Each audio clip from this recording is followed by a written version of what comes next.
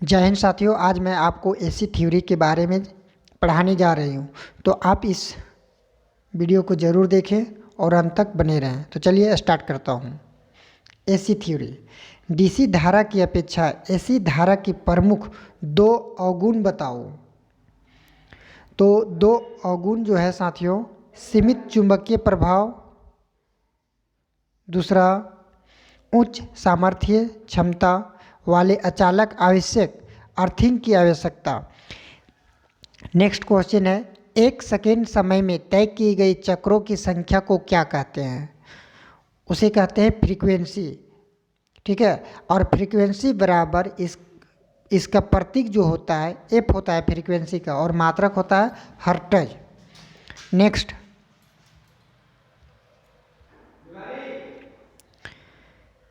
साथियों next question है, प्रत्यावर्ती विद्युत धारा अथवा वोल्टता का ऋण एवं धन दिशा में मध्यमान एवं अधिकतम मान क्या कहलाता है? वो जो कहलाता है साथियों आयाम मान। नेक्स्ट, प्रत्यावर्ती विद्युत धारा एवं वोल्टता दोनों का धन एवं ऋण दिशा में अधिकतम मान क्या कहलाता है? शिखर मान। क्या कहलाता है साथियों? शिखर मान। आरएमएस मान किसे कहते हैं? आरएमएस मान जो होता है वो एसी का वह मान है जो दिए गए समय में उतना ही ऊष्मा उत्पन्न करता है जितना कि डीसी उत्पन्न करता है। उसे हम क्या कहते हैं? आरएमएस मान। नेक्स्ट, एसी धारा अथवा वोल्टता के आधे चक्कर में तत्कालीन मानों का औसत मान क्या कहलाता है? औसत मान। क्या कहलाता है साथियों? औसत मान।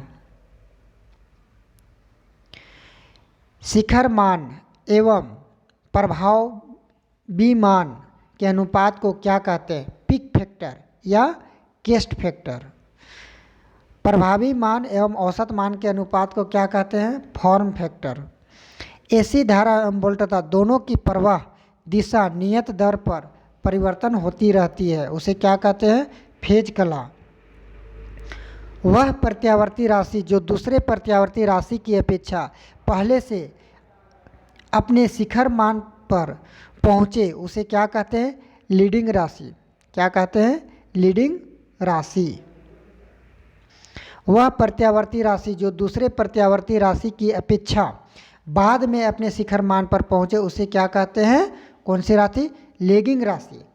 लीडिंग जो पहले पहुँचता है और लैगिंग जो बाद में पहुँचता है। यदि दो प्रत्यावर्ती राशियों के बीच में 90 डिग्री का फेज अंतर हो तो क्या कहते हैं? क्वाड्रेचर कहते हैं। क्या कहते हैं? क्वाड्रेचर। यदि दो प्रत्यावर्ती राशियों के मध्य 10 डिग्री का फेज अंतर होता है तो उसे क्या कहते हैं? Anti phase. एंटी फेज कहते हैं साथियों। नेक्स्ट, एसी विद्युत धारा का गुण जिसके कारण वह विद्युत धारा में मान होने वाले परिवर्तन का विरोध करता है उसे क्या कहते हैं? इंडक्टेंस। किसी कुंडली में विद्युत धारा प्रभावित करने पर विद्युत धारा मान में होने वाले परिवर्तन का विरोध करने का गुण क्या कहलाता है? Self inductance.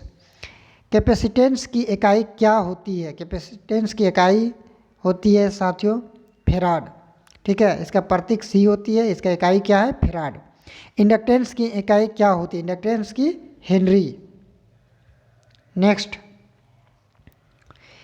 एक हेनरी किसे कहते हैं? एक हेनरी जो कहते हैं साथियों, यदि 1 एम्पियर प्रति सेकेंड की दर पर विद्युत धारा के परिवर्तन से वोल्ट का विद्युत वाहक बल पैदा होता है तो उसे कुंडली का इंडक्टेंस या 1 हेनरी कहते हैं। यदि किसी परिपथ में, नेक्स्ट क्वेश्चन है साथियों, यदि किसी परिपथ में रिएक्टेंस लगा होता है तो वोल्टेज एवं धारा में क्या अंतर होगा? तो ये जो अंतर होगा, धारा जो है वोल्टेज से 90 डिग्री अग्रगामी यानी आगे होगी।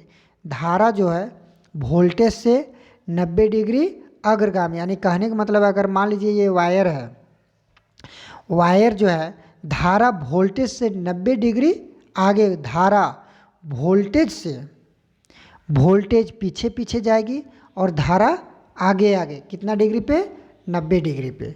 ठीक है, यानी कहने का मतलब मान लीजिए ये वायर है तो इस टाइप करके अगर घूम रहा है तो ये जो है 90 डिग्री आगे, अगर मान लीजिए यहाँ पे करंट है, ठीक है, तो यहाँ वोल्टेज रहेगा। नेक्स्ट, यदि किसी परिपथ में चेक लगा हुआ हो तो धारा वोल्टेज में क्या अंतर होगा। इसमें धारा वोल्टेज से 90 डिग्री पहुँचेगा, मैंने पीछे रहता है, धारा वोल्टेज से 90 डिग्री पीछे रहती है। यानी कहने का मतलब है अगर मान लीजिए ये लाइन है, तार है, स्टेप जा रहा है, ठीक है, ऐसी धारा, तो क्या होगा, धारा पीछे पीछे रहेगी और वोल्टेज 90 डिग्री आगे रहेगी। उसी को कहते हैं अग्रगामी। ठीक है, क्या कहते हैं साथियों, अग्रगामी, यानी आगे कौन रहता है, धारा जो होती है वो पीछे हो जाती है, वोल्टेज आगे होती है। समायोजकीय मान कैपेसिटर कौन से होते हैं, ट्रिमर एवं पेडर आदि। फैन में लगा कैपेसिटर कितने फैराड का लगा होता है, 2.3 माइक्रोफैराड का।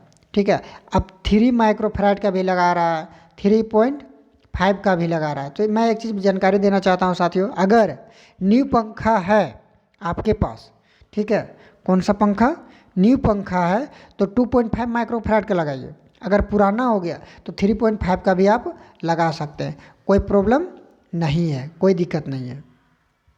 नेक्स्ट,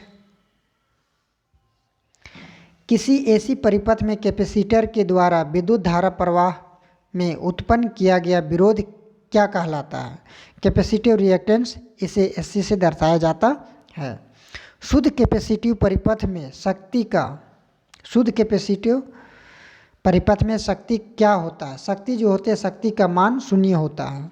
यदि किसी ऐसी परिपथ में XL बराबर XC होता है तो उसे क्या कहते हैं, रेजोनेंस। क्या कहते हैं साथियों, रेजोनेंस। वास्तविक शक्ति एवं आभासी शक्ति के अनुपात को क्या कहते हैं, पावर फैक्टर। ठीक है, क्या कहते हैं, पावर फैक्टर। यदि किसी ऐसी परिपथ में पावर फैक्टर का मान निम्न है तो परिपथ में क्या प्रभाव पड़ेगा। पावर फैक्टर घट जाने पर परिपथ की विद्युत धारा बढ़ जाएगी, परिपथ में शक्ति व्यय ज़्यादा होगा। ऐसी परिपथ में पावर फैक्टर सुधारने के लिए क्या किया जाता है, लाइन के समांतर क्रम में कैपेसिटिव जोड़ा जाता है। सिंक्रोनस मोटर को जोड़कर भी पावर फैक्टर को बढ़ाया जा सकता है साथियों। ठीक है, ध्यान रहे, अगर ऐसी परिपथ में पावर फैक्टर सुधारना हो तो हम क्या करते हैं, लाइन के समांतर क्रम में कैपेसिटर जोड़ देते हैं और दूसरा सिंक्रोनस मोटर को जोड़कर भी पावर फैक्टर को बढ़ाया जा सकता है। साथियों, यहीं पे इन करता हूँ, फिर मिलता हूँ अगले वीडियो में, तब तक के लिए धन्यवाद।